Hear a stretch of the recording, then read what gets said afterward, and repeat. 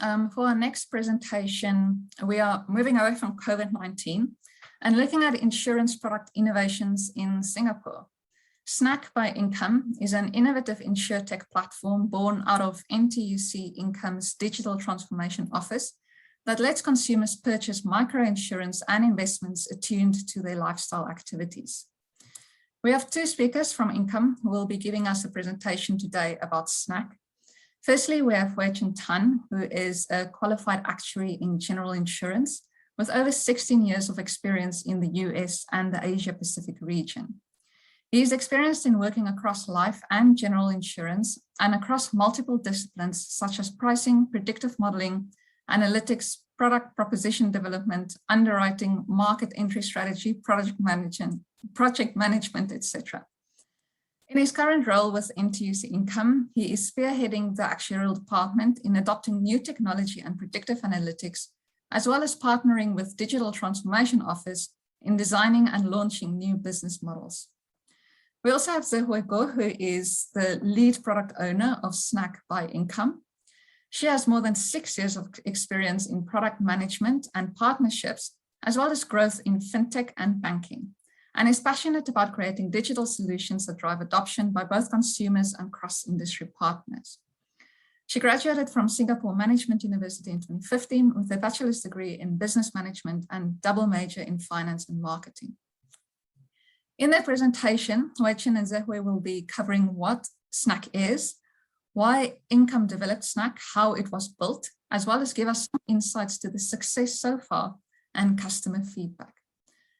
Thanks. So I will then hand over now to Wei Chen and Zehui. Really looking forward to learning more about your product. Thank you, Lydia.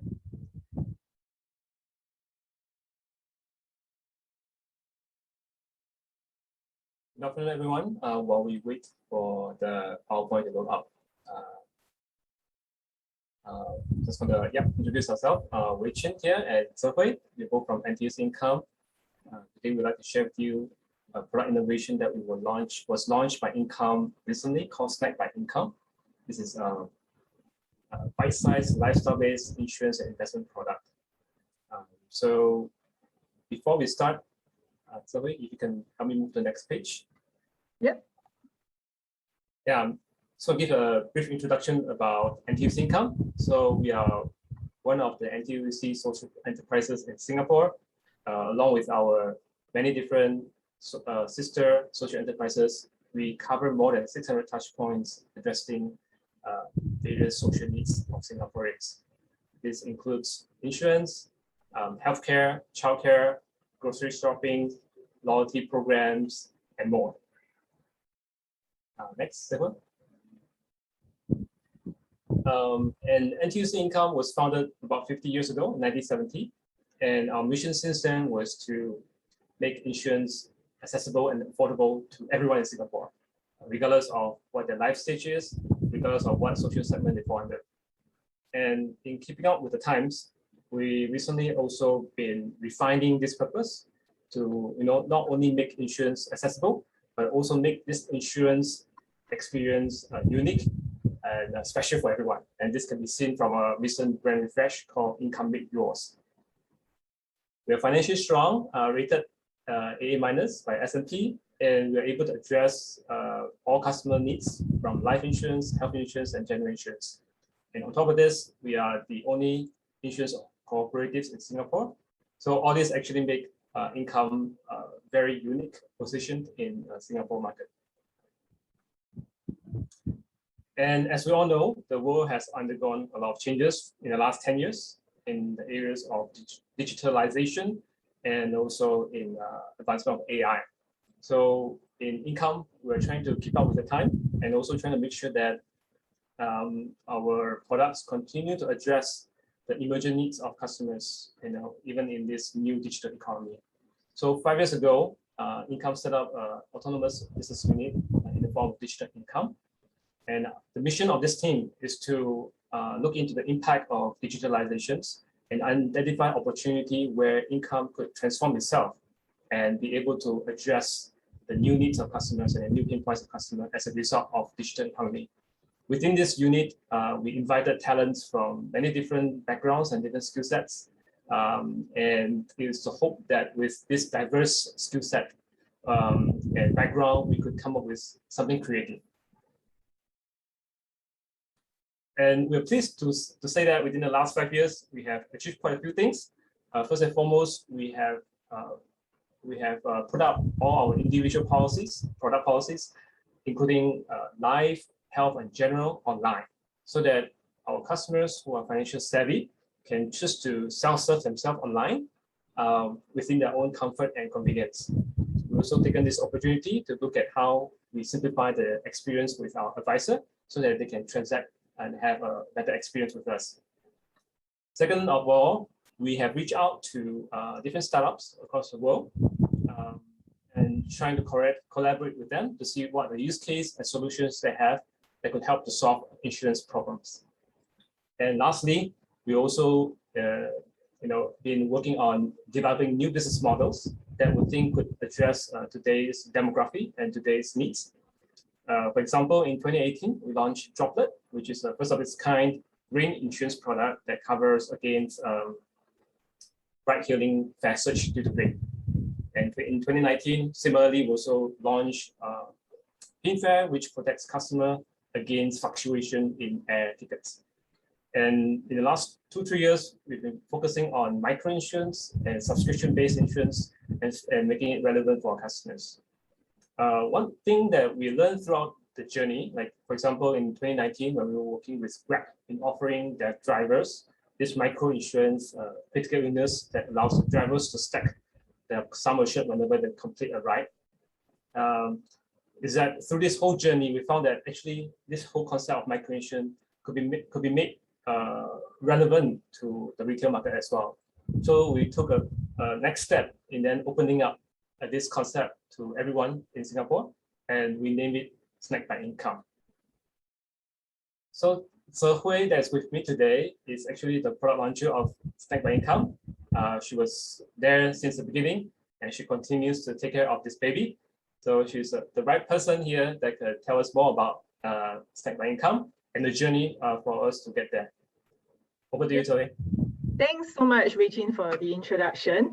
So so over at the Digital Transformation Office, we actually started Snack in July 20. No, we actually started the journey in July 2019.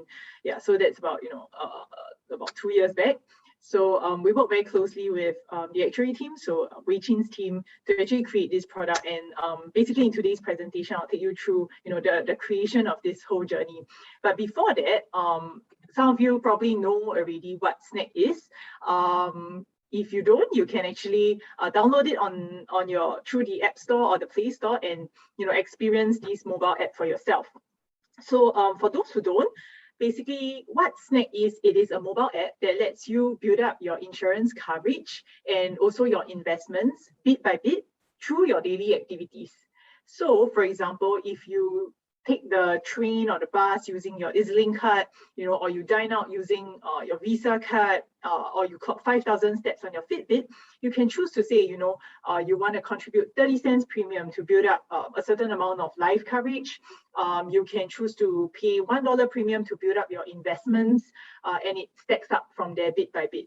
So if you compare this to a conventional insurance product, a conventional insurance product usually requires you to pay a fixed sum every month or every year to get that huge lump sum coverage. But that also means that for those who are not ready yet, or they don't have that amount to actually set aside, they will not have any insurance coverage or investments at all. So we really create Snack to make financial products as accessible as possible. So I'm sure everyone here would have 30 cents or $1 to park into your insurance coverage or investments, right? And so that's what Snack is. We let you start and have some sort of insurance coverage because we believe that having some sort of coverage is better than nothing at all. Having some form of investments is better than having nothing at all. And currently on Snack, we have 4 products in total. So we have insurance coverage like personal accident, term life, and critical illness. And just last week, we actually launched our investment link plan. So it's an ILP. So that's our 4th product, which is investments. So we actually officially launched the SNAC platform in June 2020. And in late last year, we actually launched a new introduced a new proposition on the SNAC platform called SNACkup. So that's where we bring on board various merchant brands to say every time you spend with these SNACkup brands, you are actually getting free insurance coverage. And the amazing thing is that it is paid for entirely by these merchant brands. So SNACkup brands that are currently on SNAC include people like iJuice, Foodpanda, Omakase Burger, even Fave and such. So it's really interesting because we create a platform where it's not just us as the insurer giving the insurance coverage to the customer. It's also bringing on board all these non-insurance partners to get into the insurance journey of a customer. So if you look at this journey for a user, right, he starts off maybe $0 insurance coverage, but by the end of the day, he would have maybe $3,000 worth of insurance coverage built up. And as he goes by his day, his week, months, and years, he's actually building up to that substantial insurance coverage and investments too.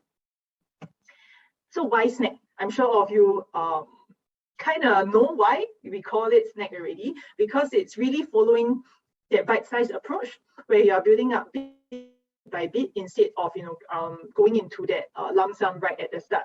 And also because of the nature of snacking, you can have your full meal to be full, but you can also snack and be full also. So similar to insurance, right? You can choose to have your conventional insurance plans and get that lump sum coverage right at the start.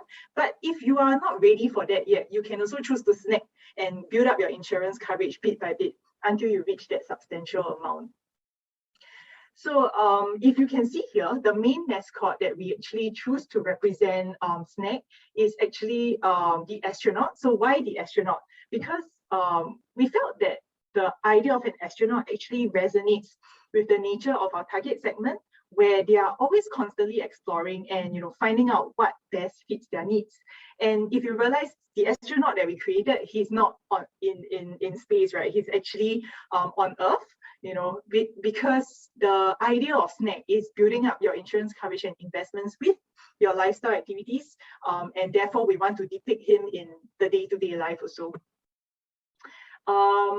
So this is that famous quote by Neil Armstrong, right? One small step for man, one giant leap for mankind. And we felt this really resonates with our SNAC platform, where our product adopts the similar approach where it's all about taking small steps to eventually get there.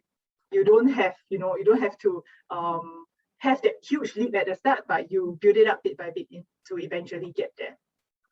So this illustrates how the SNAC platform actually works.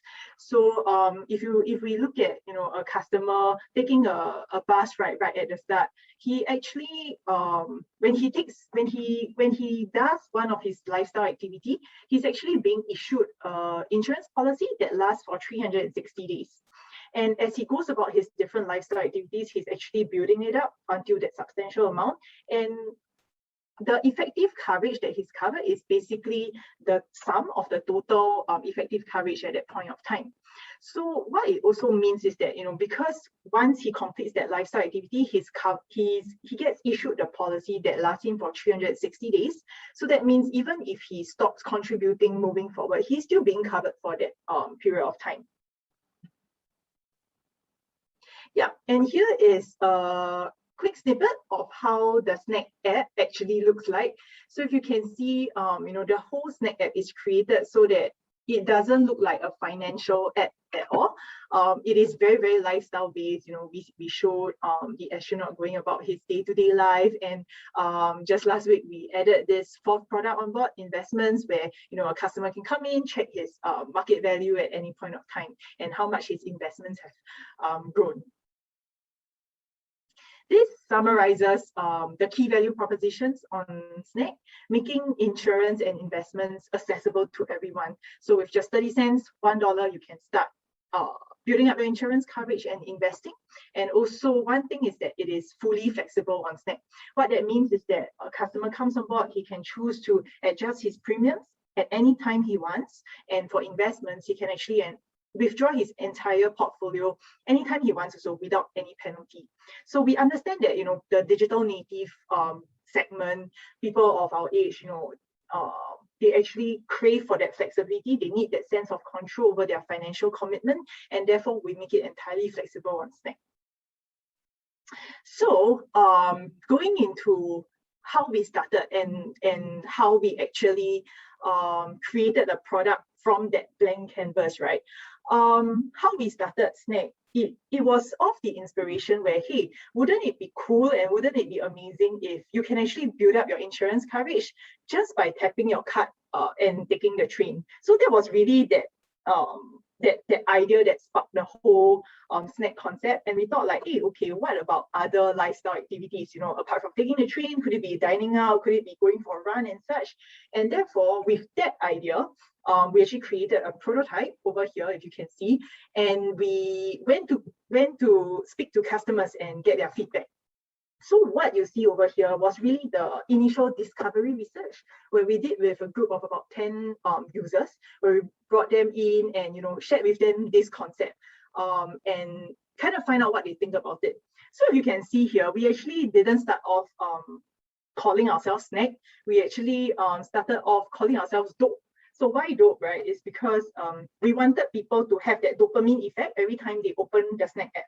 You know, every time they open the Snack app, they're so happy they get that dopamine effect. It's similar to how you get that same effect when people like your photos on Instagram or they comment on your Instagram feed and such. But of course, Dope is too wild, right, for the insurance industry, and therefore we kind of iterated from there. Later, I'll show you the other iterations for the name. But over here, we already had some form of prototype where we went to customers and tested them about it. So when we shared this with them, we also understood how the confusion would come about because it is such a novel concept. So when we shared with them and said, like, you know, what if whenever you perform a lifestyle activity, you are actually getting issued an insurance policy for it? And if you see over here, we say, what if, you know, every time you listen to Spotify, you are also contributing to your insurance coverage? And that's where, you know, people kind of get confused. So they ask questions like, oh, are you saying that you are covering me for the risk of, you know, if I listen to Spotify and maybe my eardrums burst or something like that, am I getting covered for it? So we say, no, it's actually not about it, but you are using it as a lifestyle activity to track and to build up your insurance coverage for the 3 products that are on Snack. So these kinds of user testing were actually really, really good because we actually then realized where they might potentially get confused. And when we actually developed the product, we took all this into account. But from that initial discovery research that we did in 2019, that's where we narrowed down our target segment to these 3 key target segments.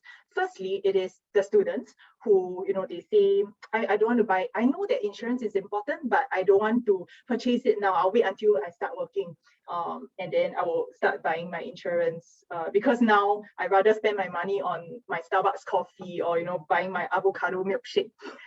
So this is that group of people. But, you know, with the Snack concept, 30 cents, they are willing to start building their insurance coverage right now. The second group of people, probably people like me, I already have some form of insurance coverage, but I think it's not sufficient. I don't want to buy another lump sum plan to supplement because that might be too expensive, right? But I don't mind using Snack to supplement what I currently have. The third group is actually the gig economy group. So people like your Foodpanda riders, your Lalamove drivers, they have very variable income streams, and of course they can't commit to the lump sum payments every month for insurance, and therefore they don't get insurance at all when they are actually the people who needs coverage the most. So with Snack, they can start getting covered, especially for personal accident. So with that, we then iterated and came up with the second version of our prototype. And of course, we moved on from the Dope name, right? We actually call ourselves Cosmos. So a more space type of concept. Then, you know, here's where, you know, the idea of that lifestyle activity triggers actually came on board already.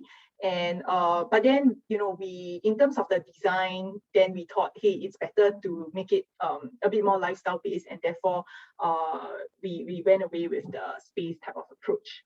So with that, then we also did another round of user testing, and our next phase of user testing was also a lot on testing the copy and the messaging with them, mainly because it is a novel concept. So we need to get the message across. You know, people like us, when we scroll the Straits Times newsfeed or anything, it's really that few seconds or minutes to capture our attention, right? So how do we capture people's attention and get them to understand the concept of snack just by scrolling our website or on the app? So this is where we actually tested the marketing copy and product copy on the app and on the website.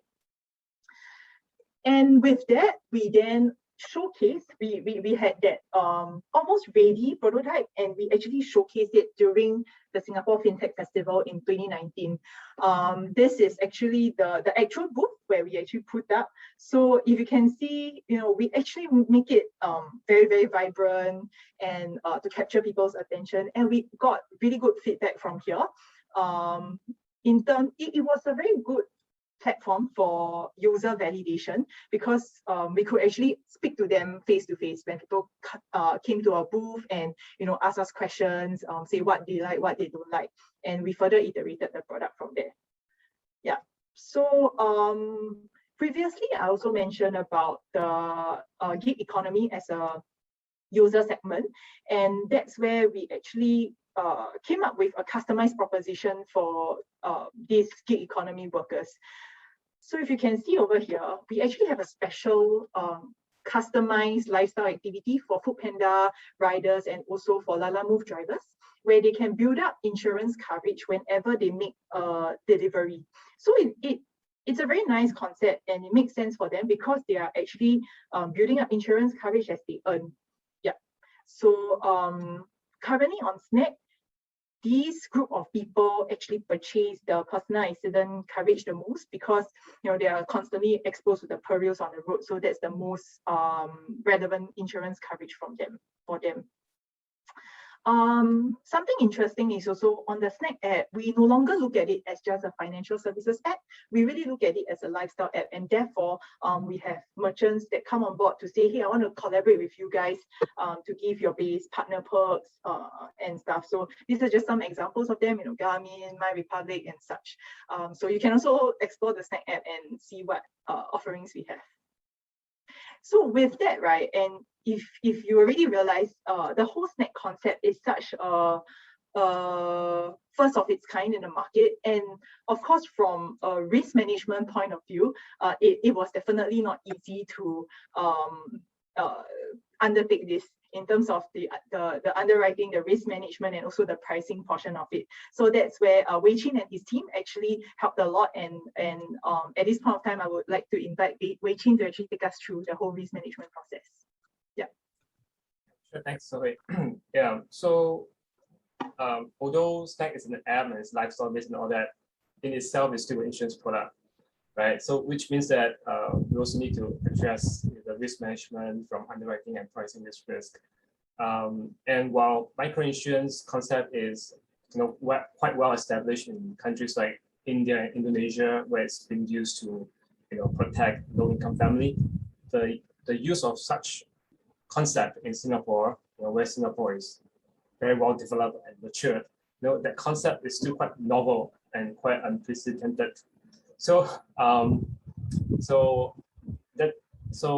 when we look at this product together with Hui, right, and her team, I mean, we also have a lot of question marks in our head, right? It's like, oh, how come insurance is so low as in 30 cents, right? And we also quickly realized that we couldn't just apply our lenses or previous lenses of how we look at risk in the past, because all of them are based on a business model that's completely different than this, right? So then we really had to also unlearn what we know already, and then try to learn together with the team to understand what is fundamentally the risk of this product and trying to address it in a more specific way. And a few things that have helped us to gain comfort in this process is the customer testing and the validation. Actually, through this process, we get to understand better what is the customer mindset, you know, what is the motivation and the behavior when they take up such product, so that we can also ascertain, you know, whether there's any risk of, you know, moral hazard or anti-selection risk going on, and then put some appropriate risk management around it. And then Second thing that we also did was to try to incorporate some feature with this product such that the sum assured that the customer gets corresponds to the risk of the customer. So as you can see here, the customer need to stack up their sum assured whenever they complete a lifestyle trigger, and this lifestyle trigger could be taking MRT or buying food or completing 5,000 steps a day with a Fitbit tracker. So all this lifestyle trigger actually is a good indicator for us to know that the customer who are stacking a lot is likely to be the one that are active and remains healthy, right? Otherwise, they will not be be so active in their life. So that also helps us get comfort around this. And we also try to then look at today the usual way of risk management process, like the sum assured cap, the underwriting questions, things like that, to screen through them and say, okay, are they still relevant given this kind of new business model? Instead of just saying, oh, whatever in the past must work for this. Okay, otherwise it will kind of make this whole concept very complicated and conservative. So in the end, it's a balance. It's a balance of saying, we want to make it simple for the customer, but at the same time, we want to protect certain financial viability of the product. And it's a calibration along the way to learn about how customer will be consuming it and how we can put something tailored around it. Yeah, so I would like to move on to the next section to talk about how are we doing so far. We are very encouraged to see the good results so far, to be honest. We have seen more than 100,000 users who downloaded the app, more than 40,000 who have signed up, and more than 100 million sum assured that has been provided to our customers. So I'll move on to the next slide. Yeah, and also we are very proud and honored actually to be receiving multiple awards regarding Stack. It's a true validation of the teamwork and the effort that the team has gone through. And also it's a validation that the approach that we're taking here is in the good direction in the industry. So as we are scaling up these product propositions, like you can see, so is iterating this every day. We move from Stack to Stack Plus and Stack Up, this concept that she mentioned earlier, to also make Stack concept available to our corporate partners and merchant partners. And like what she mentioned also, last week we have launched Stack Investment, which is a first of its kind micro LP that allows you to stack up investment amount as you go on with your lifestyle. So we'll continue to iterate this to make the experience better and better for our customers. So we would like to take this opportunity to do some advertising. So as we have launched the micro LP last week, we would like to invite you to join the Stack Investment, to experience it. And we have this promotion going on. No promo code needed, and it's valid until 31st October. If you start a trigger on it, you'll get a $30 investment credits. And you could find out more about us through this QR code or visit us on the website. I think that is probably, the end of our session. We'd like to thank everyone for listening in. Thank you. Thank you. Thank you, Hui-Chun and Zoe, for that very interesting information that you shared. We did have some questions come through the Q&A, and I'd like to just remind the audience to please add your questions there. And I will start with the ones that have the most likes, as promised. So first question, would transaction costs be high given the small quantum of purchase? Also, is there a significant outlay at the start of the infrastructure to facilitate this micro coverage? Yeah, so you're right that the transaction cost is definitely high, because every time a trigger happens, there is a transaction that is made, right? So how we actually manage that is that we only charge customers at the end of each week. So you're actually accumulating insurance coverage throughout the week, but we are not actually charging you yet. but you have the insurance coverage ready. So we only charge you every Sunday. So in that sense, it's a kind of win-win approach where we minimize the transaction cost on our end, and to the customer, you don't get spam, right? Instead of opening your bank statement and seeing like 20 rows of transactions, you only see one at the end of each week. So that is how we manage transaction costs on Snack. Yeah. In terms of the outlay, yes, the outlay, of course, it will definitely be high at the start, but with the volume of transactions that we are getting on Snack, on the insurance front and also on the investments front, it makes sense in terms of the commercial model. Yeah. So I think that also answers the next one, which kind of made me chuckle a bit. But is Snack implicitly or explicitly charged? Will my Food Panda delivery become more expensive? How transparent is the charging structure? But I think that's what you just described. So it's completely separate, and you get the bill essentially at the end of the week. Yes, definitely. So your Food Panda transaction cost does not, your Food Panda order does not become more expensive because of the Snack Up proposition. You can think of it as this is an additional cost really to the merchants that we work with. Yeah. So it's interesting because for the longest time in the merchant type of industry, the type of rewards that they give back to customers is usually cashback or reward points, but no one has actually given back insurance coverage as a reward before. So with the whole concept and how we have made Snack so modular, it enables us to give bite-sized coverage back to them. So therefore, it makes sense for them on a commercial and in terms of a loyalty program type of model. Okay.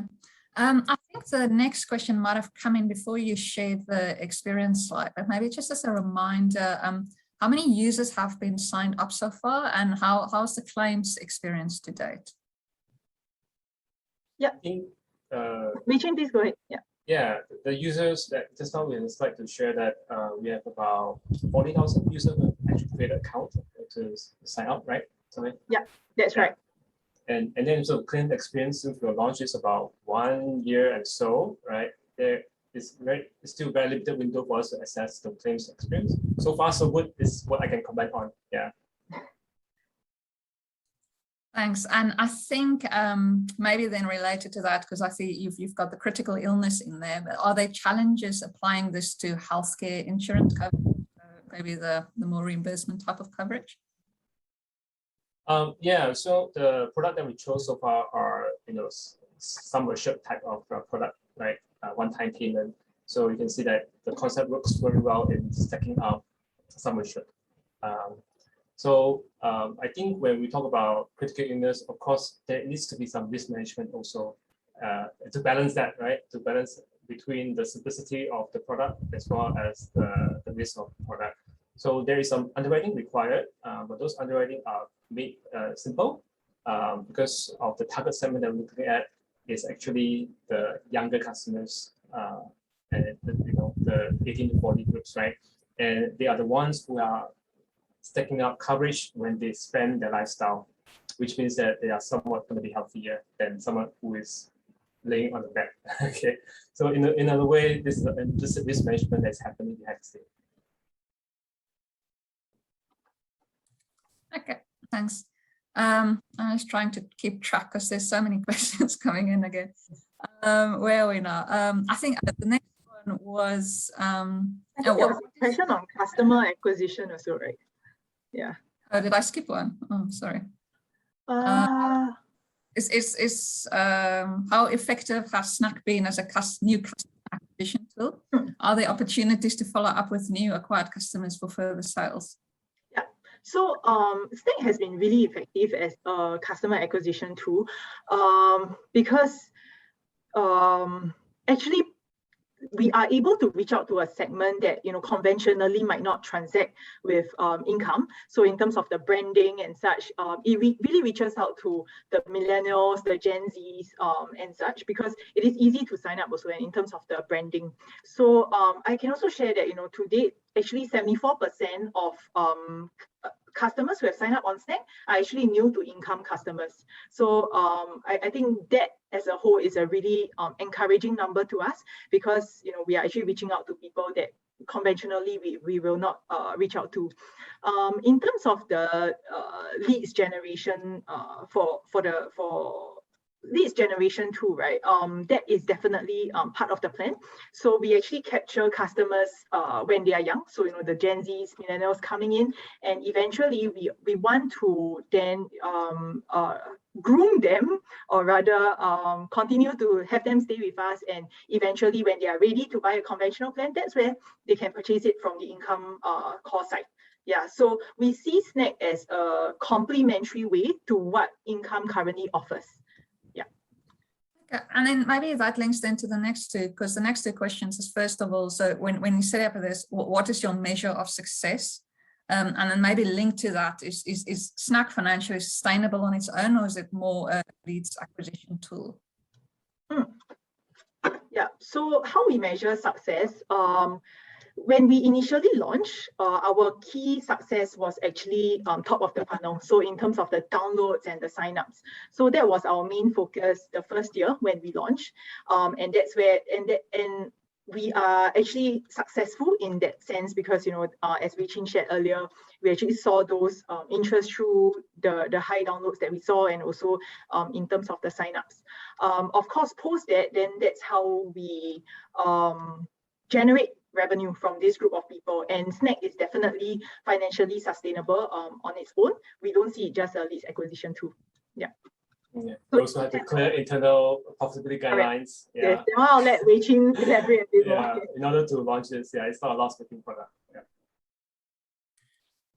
And I think the next one, with regards to the premium size, so I mean, with such a small premium size, what's the volume of business by premium size so far?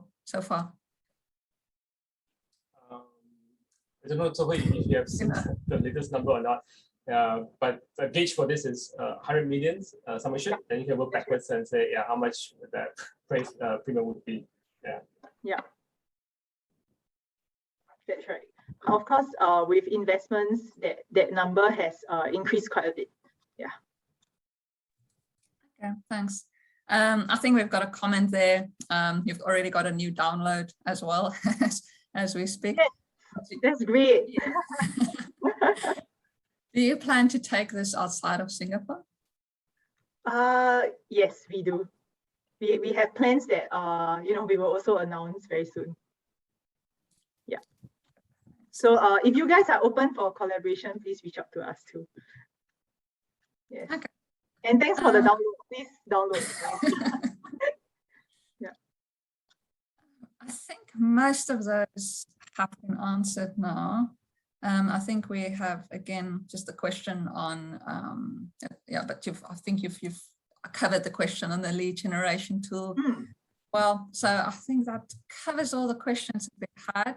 And it also then brings us to the end of this session. So thank you very much for your time and for sharing with us this very, very exciting new product that you've been working on, and also the way that you've set up and gone about designing. That's very interesting. Thank you. Thanks for inviting us. Thanks everyone.